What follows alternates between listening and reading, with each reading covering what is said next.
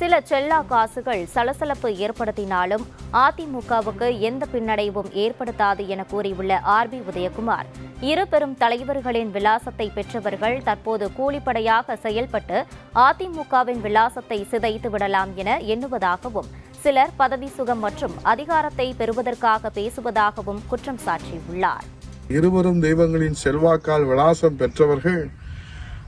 கூலிப்படையாக செயல்பட்டு அனைத்து இந்திய அண்ணா திராவிட முன்னேற்ற கழகத்தின் விலாசத்தை சிதைத்து பல்வேறு முயற்சிகளை எடுத்து தோற்று போனவர்கள் இன்றைக்கு இறுதியாக 2026 சட்டமன்ற தேர்தலுக்கு முன்பாக இப்போது ஒற்றுமை என்கிற பெயரிலே ஒரு புதிய கோஷத்தை எடுத்து இருக்கிறார்.